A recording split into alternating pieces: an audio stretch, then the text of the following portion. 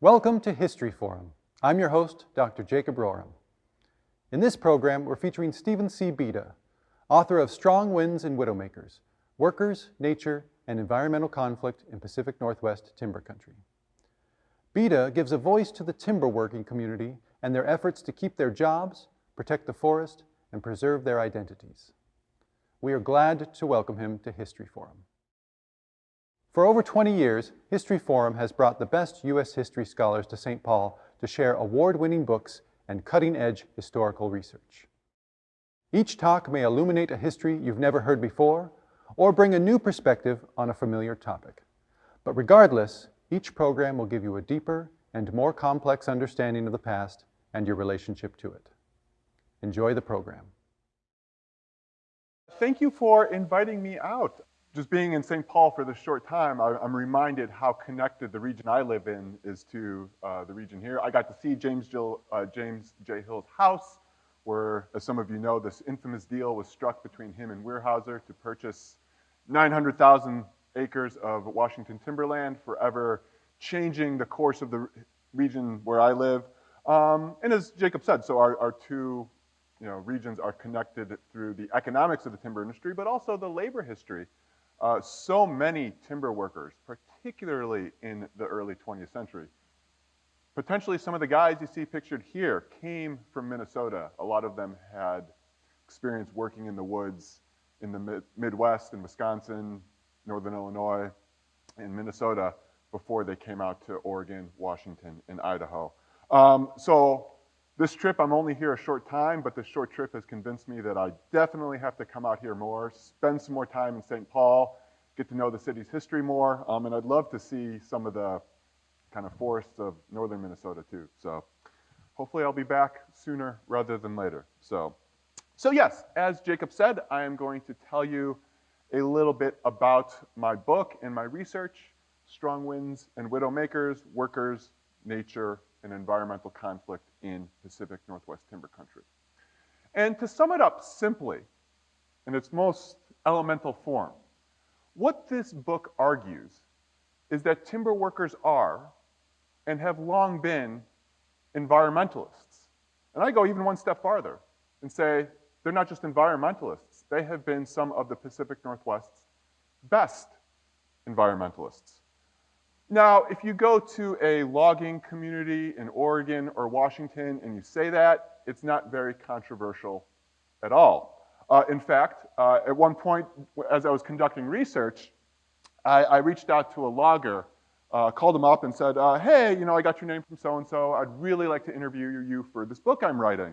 And he goes, okay, what's your book about? And I give him the short spiel. Basically it argues timber workers are environmentalists. And he goes, everyone knows that. No one's going to read your book. And I said, well, folks from your community definitely believe that. But where I live, in Eugene, or a little bit north up the road in Portland, definitely going north through Tacoma and Seattle, where the economy is very different, the socioeconomic landscape is very different, and the environmental politics are very different, calling timber workers environmentalists is not simply controversial, it is borderline heresy.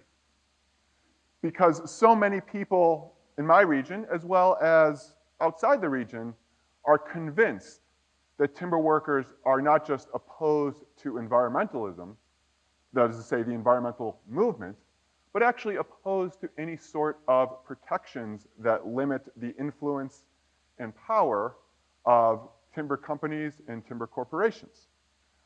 So by way of telling you how I came about this argument, or by way of introducing this argument, I want to tell you a little bit about how I came to write this book. So I actually grew up not too far down the road in Chicago, specifically the suburbs of Chicago. And about the time I was, in high school, right when I was, at the age where I was starting to pay attention to the news and national and global events, this really important series of lawsuits and conflicts called the Timber Wars in the Pacific Northwest were kind of coming to an end. So the Timber Wars revolved around that bird you see on the right there. the spotted owl. Environmentalists claimed that the spotted owl was endangered, and they sought new and expansive restrictions on logging in order to protect the habitat of the spotted owl. At this time, we're talking 1980s into the early to mid 1990s, the timber economy was hitting some of the roughest times in its 100-year history, or at least the timber economy in the Pacific Northwest. Loggers were losing their job. Timber communities were in economically precarious positions. And restrictions brought about by the spotted owl and efforts to protect the spotted owl were putting even more economic pressures on people from timber working communities. And so people from timber working communities organized the sorts of protests you see on the left there, saying, we need jobs, we don't care about the owl. You're too focused on an owl, you're not focused enough on people. And the way this story got covered in the media was that loggers were the bad guys and environmentalists were the good guys. Loggers were too stuck in this outdated, outmoded frontier mythology to realize that the world and the economy had moved on and timber was no longer as important as it once was. They were stuck in the past. Whereas the story told about environmentalists is that they were looking to the future. They were helping to preserve and protect what few remaining old growth forests remain. They were sacrificing themselves both politically and sometimes physically, chaining themselves to trees in order to fight for a bird which did not have a voice in politics. And again, I grew up in the suburbs of Chicago, a place that I describe as both geographically and socioeconomically distant from Pacific Northwest timber country. And really what I knew, or at least I thought I knew, about the rural Northwest working class and loggers came from those sorts of media stories. And so when I decided I wanted to go to graduate school, and specifically I wanted to study the timber industry, the story I was prepared to tell was the story that had been shaped by the way journalists reported on the timber wars. Specifically, I was prepared to tell a story in which loggers were the bad guys, stuck in the past, too focused on their jobs to appreciate the environmental complexities of the forest where they worked, and where the environmentalists were the good guys, forward-looking, ecologically minded, helping to preserve and protect what little forests remained. So, I'd like to report, I'm an academic, I'm a professor, my stock and trade is archives and research and reading, and I would like to report that my thinking on this matter changed as a result of intense archival research and shifting through old, dusty documents, uncovering stories that no one had uncovered before. But the truth is, my thinking changed in a far less academically rigorous setting. So, I had the good fortune to go to graduate school at the University of Washington in Seattle. Now, if anyone asks me, I tell them that I chose that program because of esteemed faculty, good research support, access to research materials, all the things you're supposed to say as a graduate student. The reality is I chose that location for graduate school because it would put me really close to some of the best salmon and steelhead fishing in the country, if not the world. I'm tenured now, so I can reveal all this to you. But yeah, basically all my major life decisions have been based on what is going to put me closest to the best fishing possible. And so that is why I chose graduate school at the University of Washington. And indeed, Seattle is surrounded by phenomenal steelhead and salmon rivers. This being one of them. This is one of my favorite. This is the Hoh River. It flows out of Olympic National Park into the Pacific Ocean on Washington's Olympic Peninsula. And in my early days of graduate school, I potentially spent more time here than I did where I should have been, in the library reading. Yet, in ways I didn't realize at first, research was occurring when I was in places like this fishing. So most rivers, most good salmon and steelhead rivers in the Pacific Northwest flow through or nearby logging towns. And if you are out fishing, especially during times of peak runs, you are going to run into your share of active or retired timber workers. And I'd always strike up a conversation with a lot of these guys, in large part because I was interested in the timber industry, and this was a way to kind of learn more about it. But also, I figured that if I talked to at least one timber worker on every fishing trip, I could go back into town at the end of the weekend and tell my dissertation advisor that I had been working hard doing research all weekend. For the record, he was never fooled, but we both kept up the ruse. I still do that to this day. I think my colleagues think I'm the hardest working professor in the department because I'll go fishing and talk to a timber worker, and then they'll be like, oh, what'd you do this weekend? I was like, hard at work at research all weekend. So anyway, but like I said, in ways I didn't realize at first, research was occurring. Because over the course of these conversations, what I realized was that this narrative I had been told or read in the coverage of the timber wars was really overly simplistic and really wrong. The folks I talked to on the riverside really cared deeply about these places. Many of them described for me how they had been fishing them for their whole lives, and they learned to fish them from their fathers or their grandfathers, who were also loggers. They expressed a concern for the declining timber runs. And a concern for the declining salmon runs. And many of them linked declining salmon runs in no small part to the mismanagement of the Pacific Northwest's forests. And many of them adamantly said, we need to manage our forests better, we need better forest protections, we need to be more conscientious and cautious of how and where we log. One conversation in particular stands out to me. I was on the Hoh River, not too far outside of Forks, Washington. Some of you may know that because that is where the Twilight series was set. But on the Hoh River, not too far outside of Forks, and I'm talking to a logger on the side of the river, and he asked me if I'd heard about this timber sale that was taking place up on one of the spawning tributaries of the Hoh River. I said, no, I hadn't. He told me all about it, and he said, it's absolutely ridiculous that they are opening this land up to logging.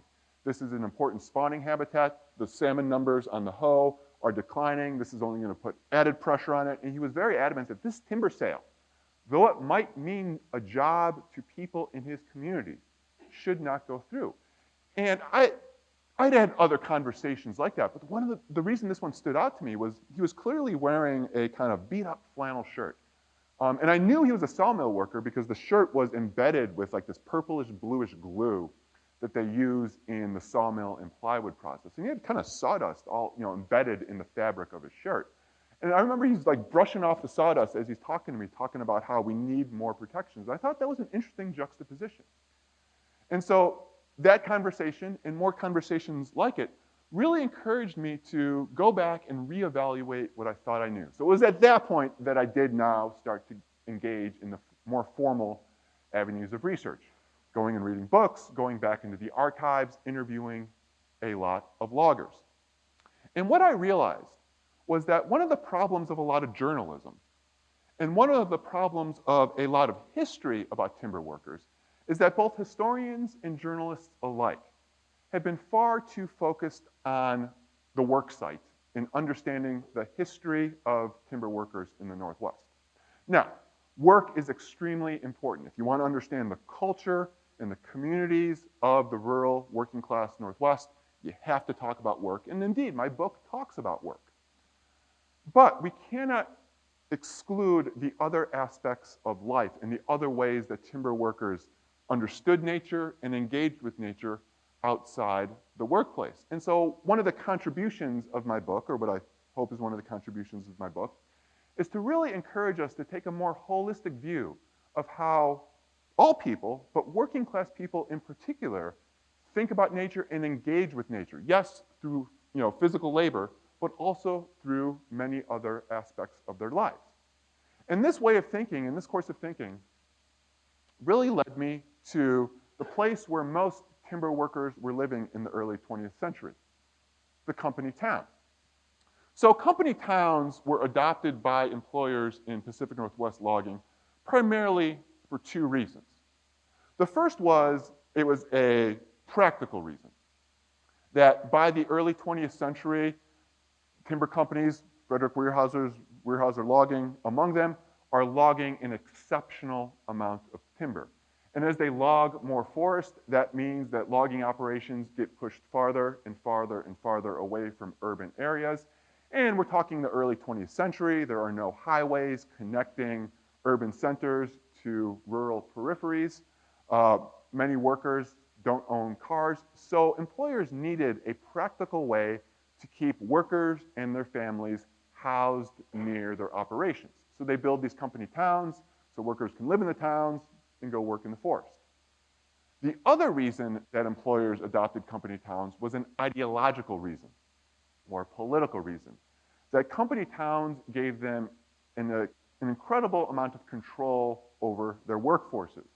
And if an employer is renting a house to an employee, if an employer controls not just an employee's paycheck, but also his children's schooling, his family's home, he can exert a lot of pressure on that employee, and that was a way to stave off unionization, specifically radical unionization, by saying, hey, if you join that union, you're not only going to lose your job, you're going to lose your house, your kid's going to lose their school, and you're going to be kicked out of this town. So there was both a practical reason and an ideological reason. And this was not unique to the Northwest timber industry. If you look at the industrial economy all throughout the early 20th century, what you see is company towns springing up all over the place for very similar reasons as you find in Pacific Northwest logging. However, Pacific Northwest company towns looked very, very different than most company towns in the industrial United States. Certainly by the early 1900s and definitely by the 1920s, most employers realized that the best way to garner the loyalties of their employees was through fairly lavish company towns with fairly lavish amenities. So in many company towns, particularly in industrial production industries, what you see are really nice houses. You see a lot of very nice, fancy recreational facilities. Some of these company towns, they had like bowling alleys and movie theaters. And people in those company towns experienced a kind of level of life or had a life that would have been the envy of most middle-class Americans in the 1920s, to say nothing of most working-class Americans. But as you can see from this picture, company towns in the Pacific Northwest looked quite different. And they looked different because of the economics of logging. Most employers and most big timber companies in the Pacific Northwest practiced what was called cut out and get out logging. And it's just like it sounds. They want to harvest as much timber as quickly as possible and then essentially disinvest themselves from the region. This was what Frederick Weyerhaeuser wanted to do. Frederick Weyerhaeuser never actually relocated to Washington and Oregon. He, kept his residence out here, and the kind of seat of power in the Weyerhaeuser Timber Company remained in the Midwest. He had his agents do all the work out in the Pacific Northwest because Weyerhaeuser really doesn't want to be out in the Pacific Northwest. He wants the timber, he wants the profits from that timber, but really it is a region to be exploited. And most companies have similar ways of thinking. And so they don't want to invest a lot of money in really extravagant towns that they hope they will be able to abandon in 5, 10, 15 years' time. So the result of this is that timber workers, have a very different set of experiences than their brethren in other industrial industries where company towns are run. And so again, if this were my Pacific Northwest history class, I would put this picture up there and ask students to describe what life was like. And what most of them say is, life was pretty rugged. These towns or these houses leaked regularly, or they were infested by rodents. They really didn't have many recreational opportunities, at least supplied by the company. They had to create them for themselves. And getting food, seeing to day subsistence was also had to be a major concern of theirs, because in these logging company towns, unlike other company towns, employers really aren't seeing to day-to-day needs. And so in order to feed themselves, in order to sustain their families, timber workers are really forced to look to the forest to sustain themselves. So they start hunting, they start fishing, they start picking berries, and this becomes a real big part of the culture of timber country. And so as you can see, especially from this picture in the background, these events, going and picking berries or going and hunting deer or hunting grouse, yes, they were activities that loggers had to engage in and their families had to engage in order to put food on the table. But they also became really important social activities and really important cultural activities. You know, these women in the background you can see are having a good time. This was a major way in which the kind of social and cultural identity of Pacific Northwest timber country coalesced, of people going out into the woods and harvesting the bounty of the forest.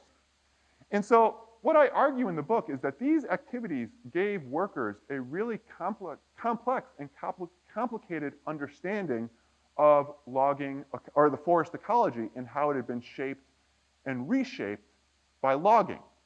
So one of the things about an old-growth forest is many of us revere old-growth forests, especially where I'm from in Eugene. You know, you say old-growth forest, that is a term of reverence.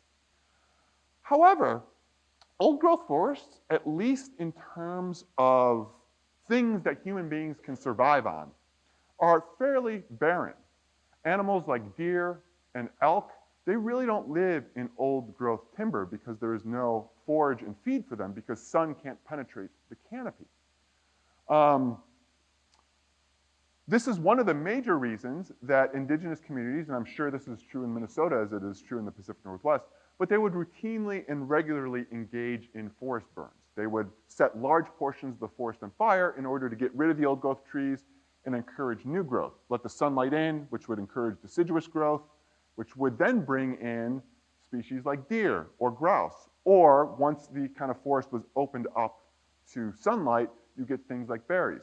So what people in these communities start to realize, or what they start to believe, is that what you need, what a healthy forest looks like, is not simply, you know, an old-growth forest as far as the eyes can see, nor is it an over-harvested forest, one where there's clear cuts as far as the eye can see. What timber workers really start to believe is that what we need is balance. We need some old-growth forests, we need some cleared forests, and we need transitional forests. That is what makes for a healthy forest because that supports a large range of wildlife that has other ecological benefits for rivers as well as climate. That also has benefits for soil stability.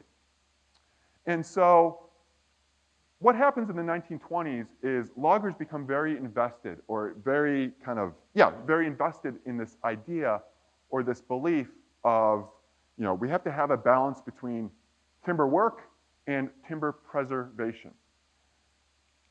And this becomes really important or really significant to the politics of timber country in the late 1920s and early 1930s.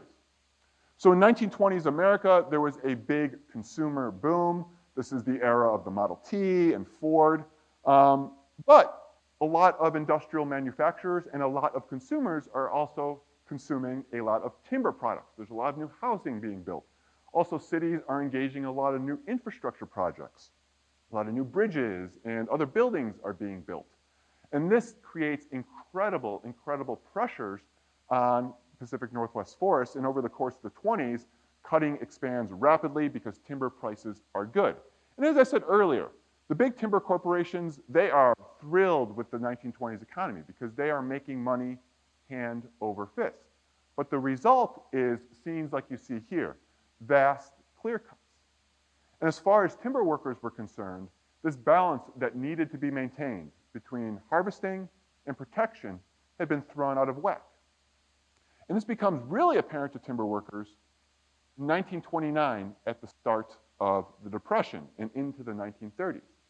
Because what many timber workers believe and what some economists of the time confirm is that one of the causes, surely not the only cause, But one of the major causes of the Great Depression, and specifically in the Pacific Northwest, was this period, this long sustained period of timber overproduction in the 1920s.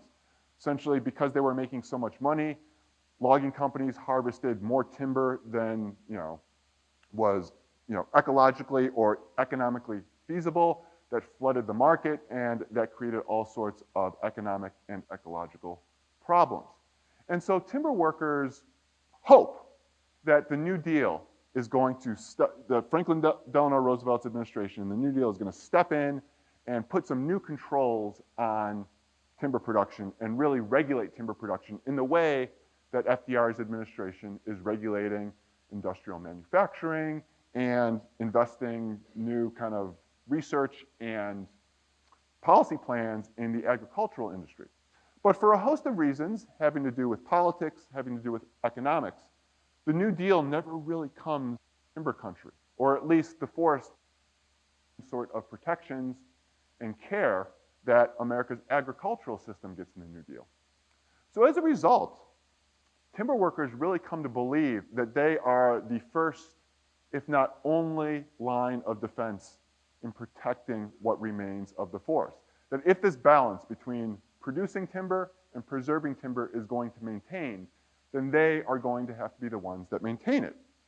And what I argue in the book is that this is what drives unionization in the Pacific Northwest timber industry.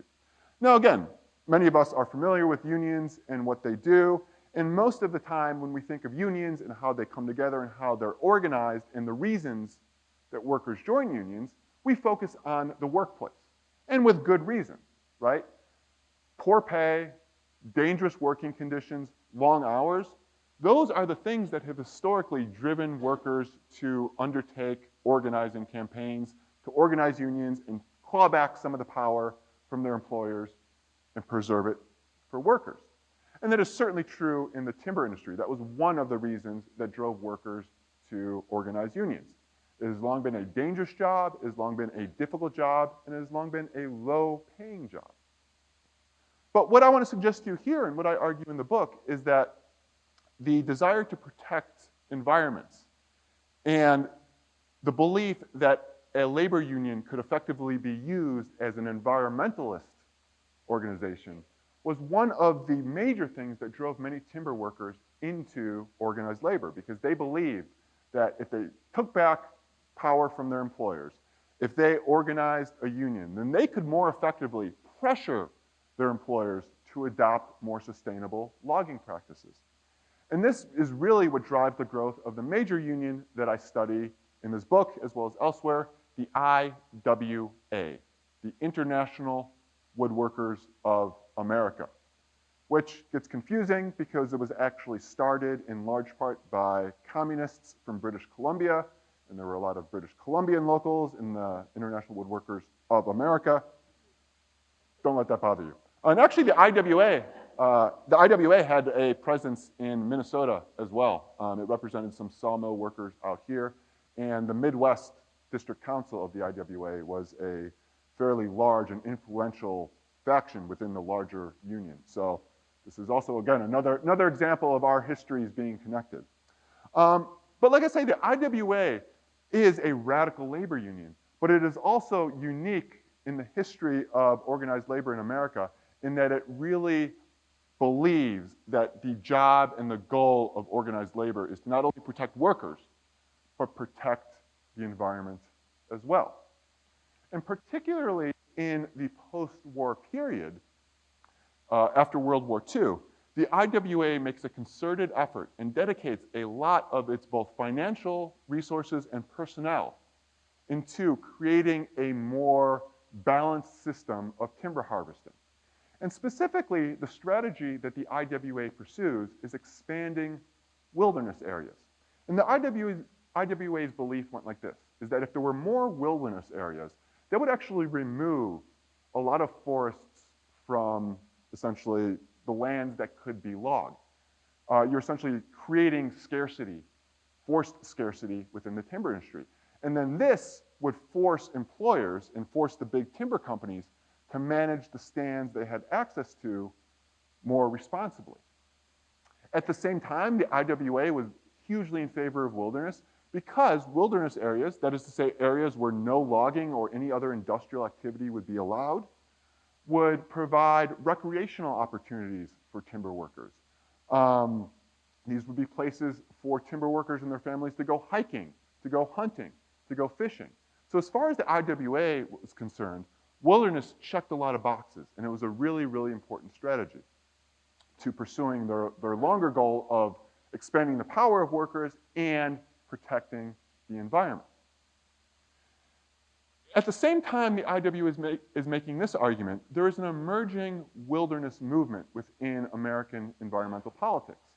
This is being led by groups like the Wilderness Society. This is being led by groups like the Sierra Club. Sierra Club started in the late 19th century, but in the post-war period in the 1950s, they're really pivoting towards wilderness protection. And this was a big surprise to me, that one of the things I discovered was that in the 1950s, the IWA, the Wilderness Society, and the Sierra Club really, really worked closely together to expand several wilderness areas in the Pacific Northwest. And that surprised me because most of my lifetime and everything I had read had always talked about how environmentalists and workers were always at war with one another.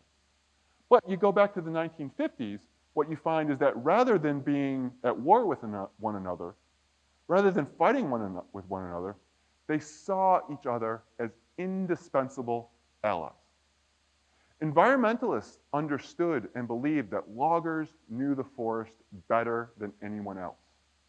Environmentalists understood that loggers knew which areas were in most need of protection and what areas could continue to be logged. At the same time, loggers filled a really important political role.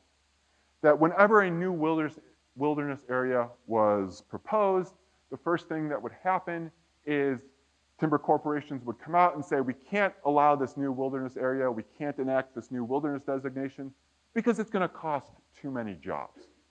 Well, representatives from the IWA would come out and say, actually, we are the people who would be affected by any potential job losses, and our research shows that there would be no potential job losses. Or, in a few cases, the IWA came out and said, you want to know what? There actually might be a few job losses here. But our membership is okay with that. We are fine accepting a handful of job losses if it is going to mean more forest protections in the short term and a more stable timber industry in the long term. Likewise, timber workers really liked working with environmentalists because these were more middle-class organizations. They came with more resources, more lawyers, more connection to politicians. So these two groups are really allied, and they pass some really, really important protections for forests. One of them is a place that I really enjoy hiking and being in, the Three Sisters Wilderness. Oops, Three Sisters Wilderness picture on the left there. It is one of the kind of more storied and beloved wilderness areas in Oregon. What I also discovered was that I talked about fishing on the Hoh River and how it's one of my favorite places. This little section here is the Hoh River. So the IWA actually played a relatively small role of the creation of Olympic National Park in 1938. They were a new union at the time, so they really didn't have the political capital to throw behind it. However, in the 1950s, timber corporations put incredible pressure on Congress to essentially lop off this section of Olympic National Park and open it up to logging. And this coalition of the IWA and environmental organizations are effective at persuading Congress, as well as the other agencies, Department of Interior, to keep this intact. So I didn't know it at the time. And most people, at least people from places like Seattle and Portland, who may go and fish on the Hoh River don't know, is that this area exists, and I was able to enjoy it because of the environmental advocacy of timber workers.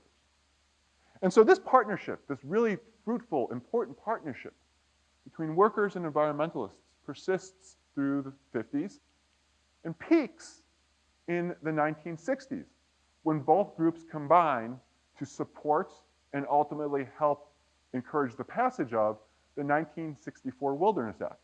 So the thing with wilderness designations prior to 1964 is that they were always knockdown, drag-out fights. There was no real easy way to create a new wilderness area. You had to lobby the Forest Service, you had to lobby politicians.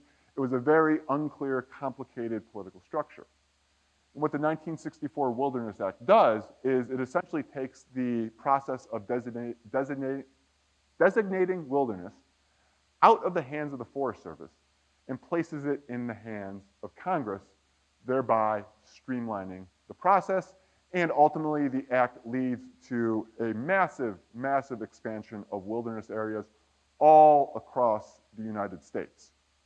Definitely the Pacific Northwest, definitely here in Minnesota as well. And then there's subsequent wilderness acts too, which enlarge even further the wilderness system in the US.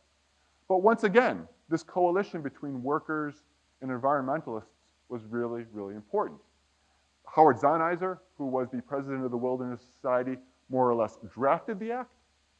The Wilderness Society had a good relationship with Frank Church, the Idaho senator who sponsored the act.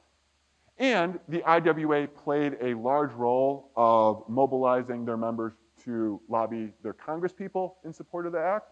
And at hearings around the act, when timber corporations would come out and say, this is going to cost us too many jobs, IWA representatives would go and take the stand and say, actually, quite the opposite. We don't believe this is going to cost us jobs, and even if it does, even if it costs a few jobs in the short term, it's going to create more jobs in the long term because it will lead to a more stable, more ecologically and socially responsible timber industry. Well, so in the 1960s, we have this wonderful system whereby timber workers and environmentalists are working together, they're cooperating, they're creating a lot of really important environmental legislation. What happens? Well, what happens is this little guy you see here, the owl, not the guy on the left, that's Wilbur Heath. It's that in the 70s, environmentalists discover this spotted owl. And by the 1970s, the environmental movement had changed quite a bit.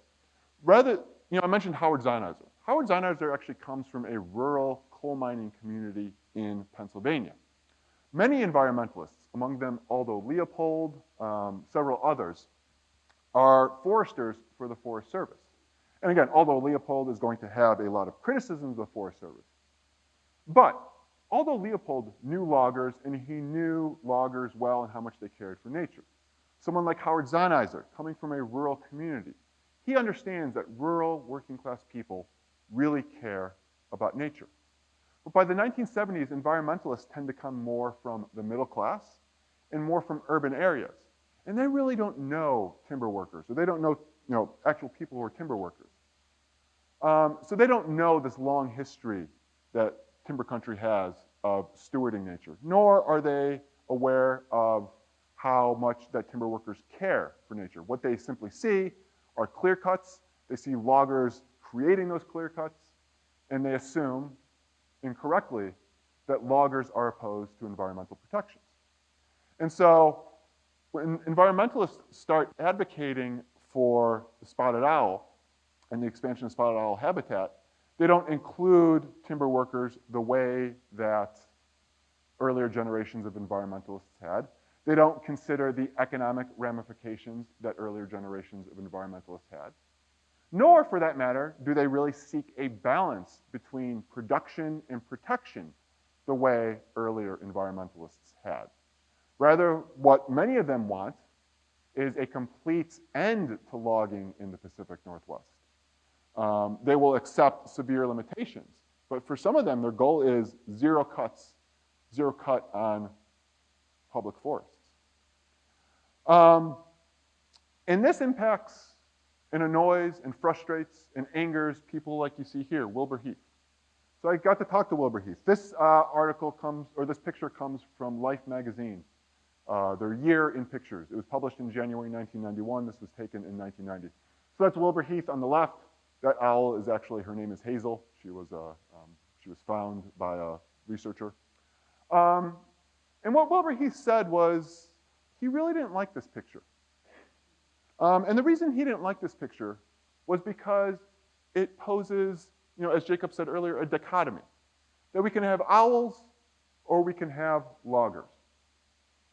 And what Wilbur Heath believed was something that many people who work in the woods, both in his time and before, believed, was that we can actually have, with responsible management, we can have a sound timber industry that protects jobs for rural communities, that provides timber for our economy, and we can have spotted owl habitat. However, that is not an easy sell to a general public. That is not a good headline. What is a good headline is we can have workers or we can have jobs or the environment, as it says here. An owl and a logger symbolize the nation's tough choice, jobs or the environment.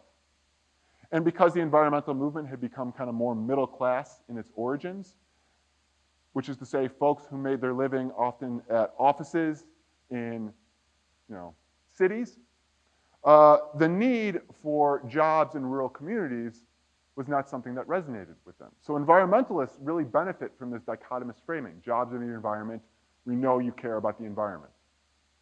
We don't care necessarily about jobs in rural America.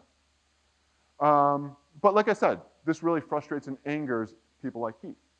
So that outpouring of emotion and anger that I had read about as a teenager in the newspapers about the timber conflict, I had misinterpreted it, largely because the journalists had misinterpreted it.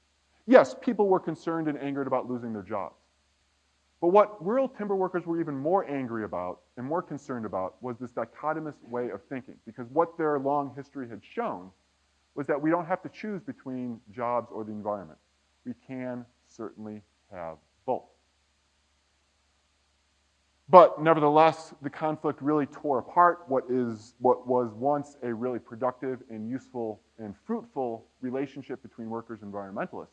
And if I have one big takeaway from the book, one thing that I hope all readers who read it walk away with is an understanding or a belief that labor and environmentalism are stronger when they're working together rather than when they're fighting one another. Look at all the great things that were accomplished when these two groups were aligned. We got the expansion of wilderness in the Northwest, and we got the expansion of wilderness across America through the Wilderness Act. There's other things that I talk about in the book that I'm not even mentioning here. New protections for beaches, new protections for workers. This was a really, really productive and powerful coalition. And if there's one hope I have is that environmentalists who read the book say, actually, these folks who work in the woods, we may disagree on some things, but we actually have a lot more in common than we have separating us. And that if we work together, we can be a more powerful force than working alone. And I hope workers maybe read this and say, hey, same thing. Environmentalists, yeah, these guys have caused some problems, but if we work with them, it can be a powerful coalition to see our collective interests. So I'm going to skip over that slide. I want to tell one story to kind of close my talk here. And I should add, this is the story that I opened the book with, so you can still buy the book. I'm not ruining anything. But this story takes place in May 1990 in the Seward Valley on Vancouver Island. And I should say in my book, I define the Pacific Northwest as including British Columbia. So that's where the Seward Valley is. So on May 29th, 1990, 3 timber fallers, Dave Luoma, Don Zapp, and Dave Morrison, were tasked with cutting a grove not too far outside the town of Seward. And so they get there, they start doing their work, they start falling trees, and about halfway through their day, they wandered into this specific grove you see pictured here of trees that were inconceivably large to them. So most trees on this part of Vancouver Island, they reach about 150 feet. These trees were over 250 feet tall. Now, these 3 guys were really experienced loggers, and really experienced loggers can age a tree both by how the bark feels and by the smell. And what these 3 men knew was that these trees were some of the oldest they had ever seen, probably more than 500 or 600 years old. Now, their orders are to cut this stand.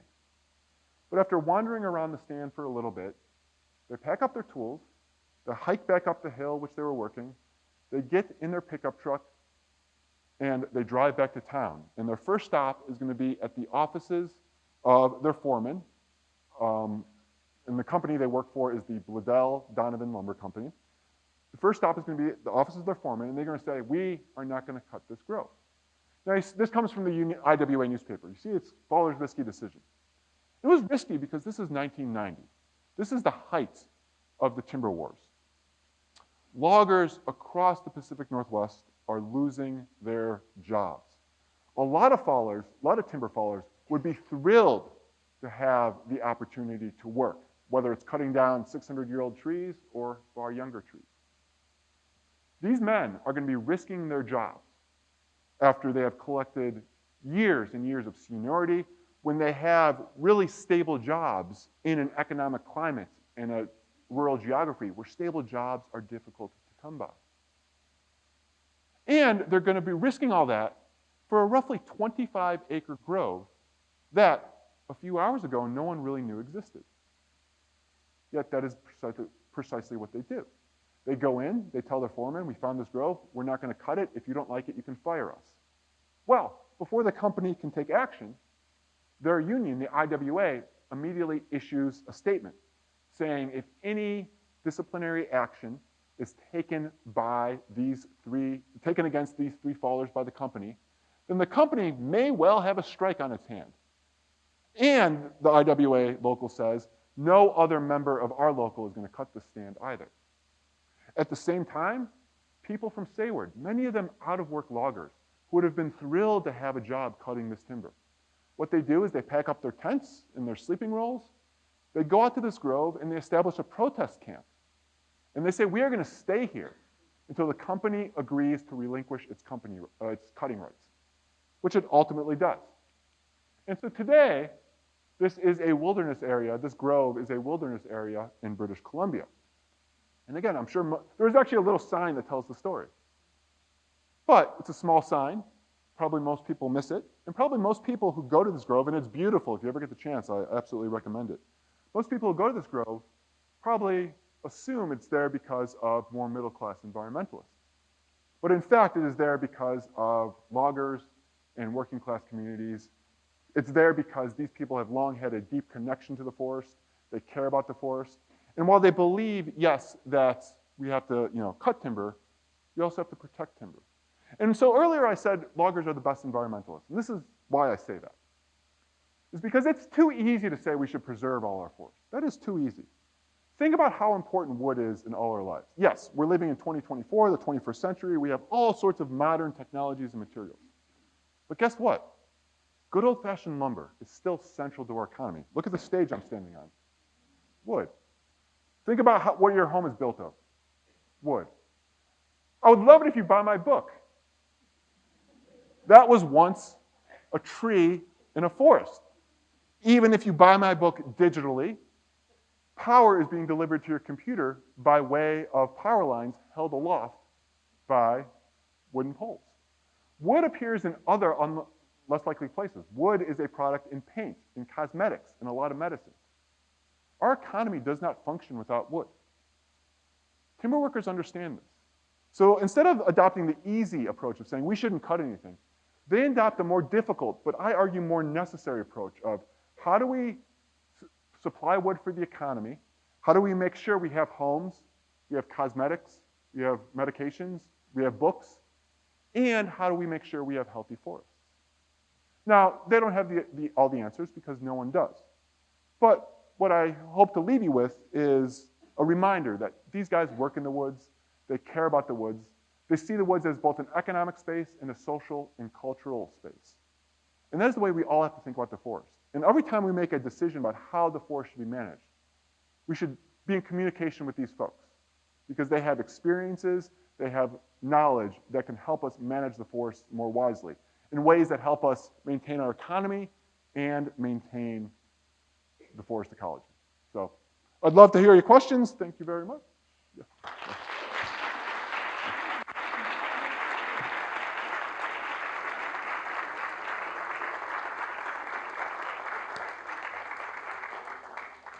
As always, we have an opportunity for some questions and answers. And I have to warn you, Steve, they're really good question askers. So be prepared. Excellent.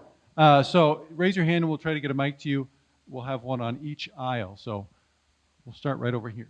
Thanks. Super, super interesting. And I'm thank you. sure you anticipate my question. Our divisions today are perhaps greater than maybe ever in history. Do you see any signs of groups like the loggers and the environmentalists getting together today? It's hard to see. Yeah. A great question. A question I often get, given today's political climate and the divides that we see in American politics, are these sorts of things possible?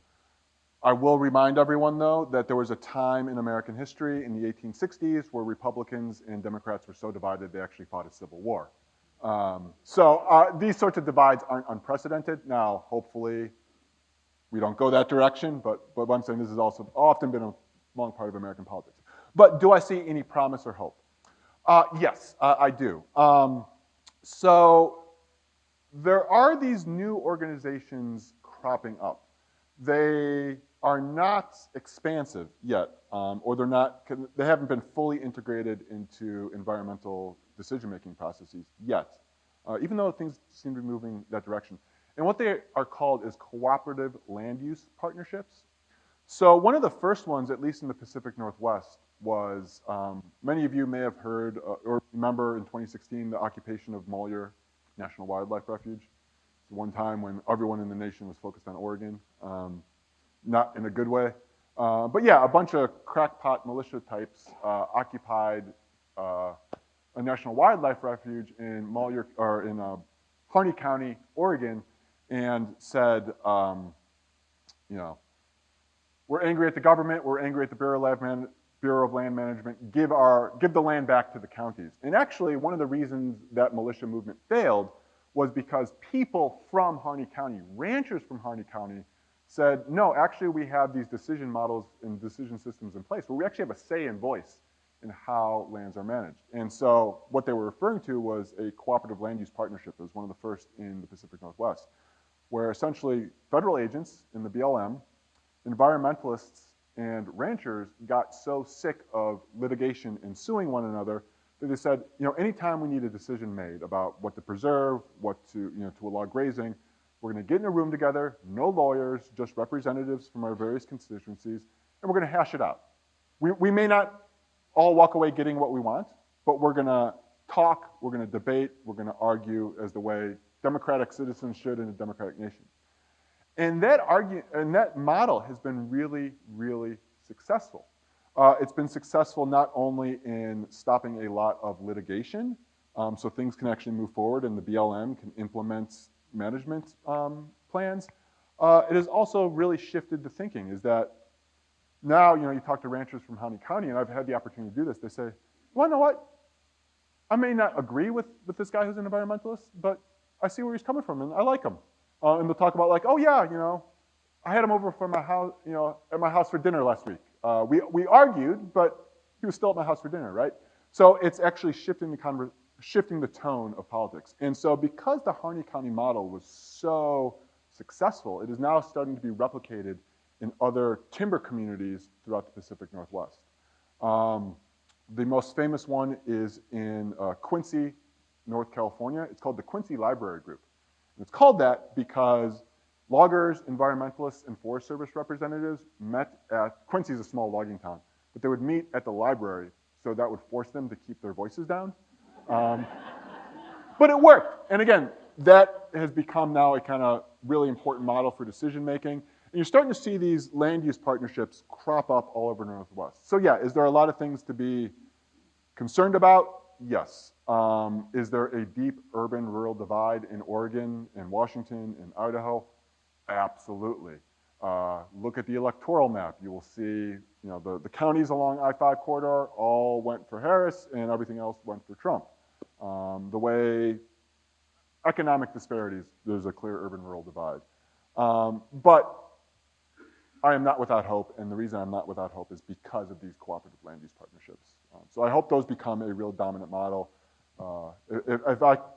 If Trump wants to nominate me to be director of the Interior, I would pursue policies that would encourage and incentivize these cooperative land use partnerships. But still waiting for the call from the Trump team. So, Steve, I have a question from our Zoom audience. yeah. So Susan asks, quote, your talk has emphasized the responsibility of the environmental activist for the schism between labor and environmental interest. Did not the timber companies also contribute to the schism by encouraging the belief that environmental protection would lead to loss of jobs? Yeah, absolutely right. So, my talk here just kind of focused on environmentalists and workers, but there's another really, really important constituency here, which is the timber industry. Now, one of the things I do in the book, and I think this is really, really important to do, is you have to distinguish between the big timber companies, Georgia Pacific, Louisiana Pacific, Weyerhaeuser, and the smaller companies. Historically, and to today, and this is one of the things I talk about in the final chapter of the book, it's actually the slide I skipped over because I was running out of time, but the smaller timber companies actually have views of timber management that align much more closely with workers and even environmentalists. So they could be part of this coalition to support a kind of healthier both timber economy and forest ecology. Because a lot of times small timber company owners, yes, they are in a better socioeconomic position than their workers, but they're also members of these rural logging towns. They are members of these communities. They enjoy hunting and fishing and being in the forest as much as the workers do. So I actually don't see these smaller timber companies as the bad guys here.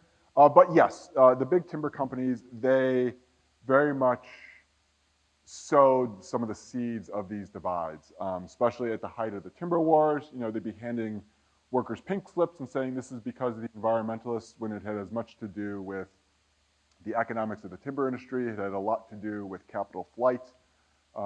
Essentially, in the 70s and 80s is right when timber companies in Oregon and Washington are shuttering their mills in the Northwest and relocating them down to the South because the South is a union-free labor market.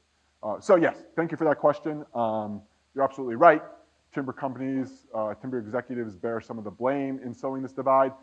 And the one thing I would add is we can't lump all timber companies together because there's a lot of political diversity among those people, and they have different ways of thinking about forests and nature. I don't come from a timber family, but many of my relatives are coal miners from out east. And so the emphasis on care and repair after the use of a natural resource. And in Minnesota, we're going to be facing the copper-nickel issue adjacent to the boundary waters. So I'd like you to talk a little bit about what that responsibility is and how to enforce the care and repair responsibility when companies leave. Yeah. So yeah, that's a great question. And I can't speak to kind of the history of coal mining communities with as much authority as I can timber workers, but I know at least in the Pacific Northwest among timber working communities, there is a lot of actual hope and a lot of investment in not just keeping traditional jobs in the timber industry, but the jobs that could potentially be opened up by reforestation. Now, historically, those jobs have been very low-paying jobs. That's one of the hitches here. But there's potential there to, again, have stable rural economies through working people, contributing to reforestation as much as they are logging. So yeah, I mean, the tricky thing is not a will for repair in rural communities or among environmentalists. The tricky thing is, as you said, is enforcement, right? A lot of, the Forest Service, as fires grow more, the Forest Service would be responsible for overseeing a lot of that work, at least on public lands. On private lands, at least in Oregon and Washington, you have the state forestry boards. The problem is, as fires have increased in both magnitude, frequency, and duration, the budgets of the Forest Service as well as state forest boards are being directed more and more towards firefighting. They're playing catch up. Not to mention environmental litigation, which is still a big thing, ties up a lot of resources both at the federal level and at the state level. So really, both federal and state agencies don't have enough personnel nor enough money to effectively enforce or oversee repair reforestation efforts. So right, the obvious solution is funnel more money towards these agencies and organizations. I don't think that's likely given the new, I mean, it might be, it's not likely in Oregon, even though we have Democratic leadership, just because the funding priorities of the Democratic Party in Oregon are elsewhere. And that's true at the federal level as well, that Republicans aren't going to expand funding for the Forest Service, and even the Democrats have different funding priorities. So really, it comes down to finding ways to politically empower, I think, rural communities, because these are the people who live there. These are the people who are not going to be potentially working in these reforestation and repair jobs. They are going to be the ones who can monitor how they are proceeding. So it's finding ways to incorporate these folks into the decision-making processes, into the planning processes, and ultimately into the enforcement processes. And I think it goes back to kind of, you know, what I said earlier, that rural working people need to be partners in our environmental decision-making processes, not people who are affected after the fact and after the big decisions have been made by more powerful environmental groups and or more powerful politicians. They got to be at the table from the get-go, and I think that is arguably one of the more practical ways to ensure a better repair reforestation system. I think I'm next. I've got the microphone here. I'm from Cloquet, Minnesota, which housed the University of Minnesota Forestry Experimental Station. Okay. All my life. And we have just given it back to the natives who reside up there, the Chippewa. My question is, were the natives who were native to this property, do they have any voice in how it is treated environmentally? Yeah, phenomenal question. The answer for most of the 20th century, and most of the 19th and into the 20th century is, for the most part, no.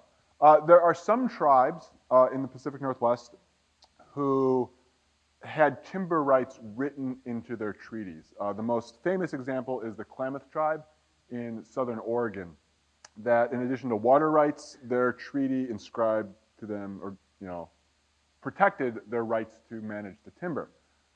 Now, if you know anything about indigenous history in Minnesota, in Oregon, anywhere in the United States, you know that for much of the 20th century, just because it was in a treaty, it really didn't matter to the federal government. However, in the 70s and the 80s, when you got the American Indian movement, when you got the indigenous civil rights movement, there was more attention paid to allow for the Klamath tribe and some of the other tribes who have timber rights to manage their forests as they saw fit, because that is their sovereign right to do so. So the short answer to your question is, for most of the 20th century, no. It started to change in the 1970s. And again, something I'm hopeful about is, depending on where they're located, these land use partnerships that I talked about earlier often include representatives of tribal governance. So there is a cooperative land use partnership not too far outside of Eugene, where I live. It is on the Long Tom watershed.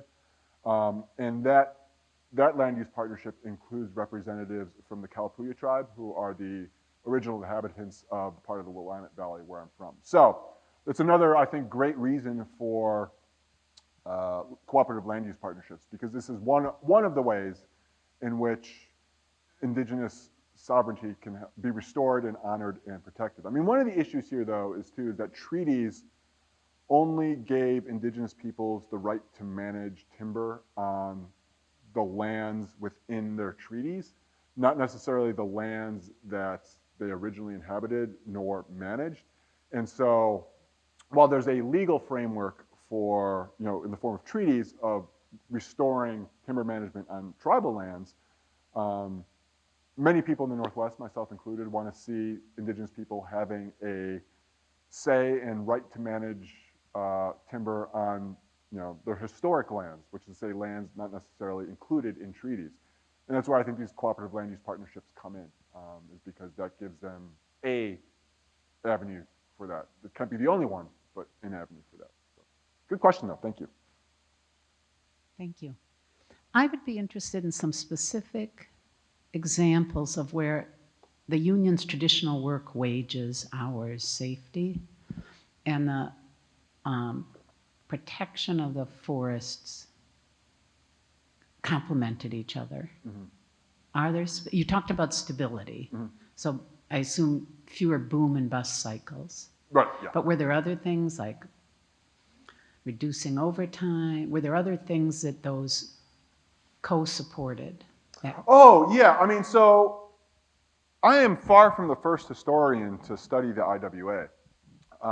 And most of the writing on the IWA really treats them as a more traditional union. And the IWA actually had a massive effect on hours. You know, essentially logging in the early 20th century was a 12-hour day, and it, you know, goes to an 8-hour day, and New Deal labor law helped that. It had a huge, huge impact on safety as well. Logging today, to this day, is still a very, very dangerous job. It has always been a dangerous job. But you can see safety or accidents in both the woods and mills steadily going down over the course of the IWA's, the height of its power. And they have a massive impact on wages. I mean, essentially in the 1950s and 1960s, timber workers are knocking on the door of the American middle class. And this is not just true of the timber industry. This is true of workers in many industrial industries. It has to do with the New Deal, has to do with the expansion of organized labor. But yeah, really, really effective tools. They're a really effective union. So again, where I come in and say not only did all this great stuff for workers on the job, they were looking beyond the job site as well. So I'm not sure if that's getting to your question. It's getting close. Yeah. So did the protection of the forest help support the core work of the union on yeah, worker? I see what you're asking. Like, right, so the IWA dreamed of a more stable timber industry. Did that actually manifest itself? I would say that in the 1950s and 1960s, so I mean, when you're talking about, problem with doing forest history and human history is that these two things work on very different timelines, right? Forest history, you got to think in terms of centuries. You got to think in terms of millennia, right? Human history, we work in smaller time chunks. But I would say that at least in the 50s and 60s, there was a good amount of stability in the timber industry. In large part, that had to do with the leadership of the Forest Service. They're keeping the cut high in the 50s and 60s to fuel the post-war timber boom, but it doesn't really start picking up until the 70s. So part of it is Forest Service management. But part of it is that, yes, the IWA is in fact putting pressure on its employees. The IWA is also putting pressure on Congress to pass some other legislation that limits the timber industry. There's something called the Sustained Yield Act. I won't get you into the nitty-gritty, sloppy details of what sustained yield forestry is, but they become advocates of sustained yield. They also adopt some other kind of research programs meant to, or they force the federal government to adopt some research programs that will look into better wood utilization. So if you're wasting less, you're cutting less, things like that. So yeah, the IWA actually then become big advocates of, you know, technological developments in the mills, right? One of the things we always think of is organized labor opposes technological innovation because that means jobs for workers. And what the IWA says, we have actually better, more technologically advanced mills, and we can use wood more efficiently. We have to cut less of it. So, so yeah, it's hard to say definitively because when we're talking about a resource economy, there are a gazillion moving parts. But what I would say is that in the 50s, what we can say demonstrably, wilderness is expanding, forest protections are expanding, and there is a really, really healthy rural timber working economy. So correlation does not equal causation, of course, but I can say that those things definitively. Hi, do you want to explain your book title? Oh, thank you. Yes, my book title. So Strong Winds and Widowmakers. So yeah, a widowmaker, for those of you who don't know, is a tree limb that's broken loose and it can fall down and hit you on the head if you're cutting the tree or there's a storm on strong winds. But that title actually comes, well, and I like that, Strong Winds and Widowmakers. There's a sense of foreboding because really what the book is building towards is this big conflict of the timber wars. So kind of sets that scene. But really that title, Strong Winds and Widowmakers, is the song title of it's a title of a song by this guy, country singer named Buzz Martin. Buzz Martin was kind of the Johnny Cash of timber country. And in fact, Johnny Cash was a fan of Buzz Martin's. Johnny Cash has some quote like, Buzz Martin was singing about loggers, I was singing about Arkansas cotton pickers, but otherwise our music's the same. One of the things I detail in the book is kind of how this divide, and I talked a little bit about it today, how this divide between environmentalists and workers emerges, especially in the 50s and 60s when they were so partnered. And I talked a little bit about kind of the changing loci of the environmental movement. It goes from a rural movement to an urban movement. It goes from a working class movement to a middle class movement. But one of the things that also reshapes perceptions of timber workers is popular culture. How many of you have read or seen the movie Sometimes a Great Notion? Oh, when I ask that in Oregon, I get a lot more hands up. So Sometimes a Great Notion, it's this famous book by Ken Kesey about a family of loggers. Loggers do not come off good in that book. They come off as white trash, as backwards. And what I suggest in the book is that most environmentalists, they wouldn't have known real loggers. They would have known the characters from Sometimes a Great Notion.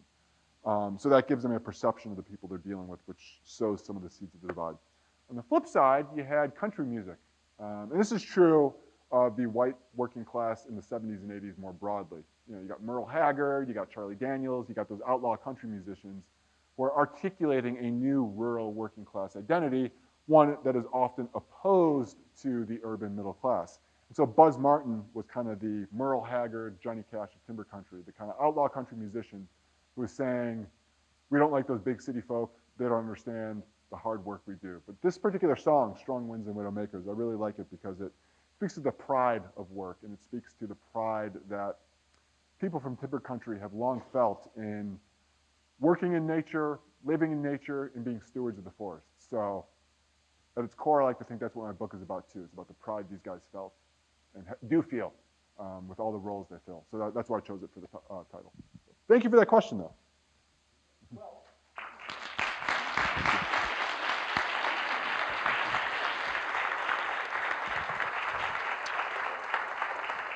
Dr. Beda will be available to sign books, say hello out in the lobby. Also, please check out our coming events. And if you've never been, head up to our site up northern Minnesota, the Forest History Center, to learn about logging history in Minnesota. It's a wonderful place. But thank you so much for coming. Enjoy the rest of the day.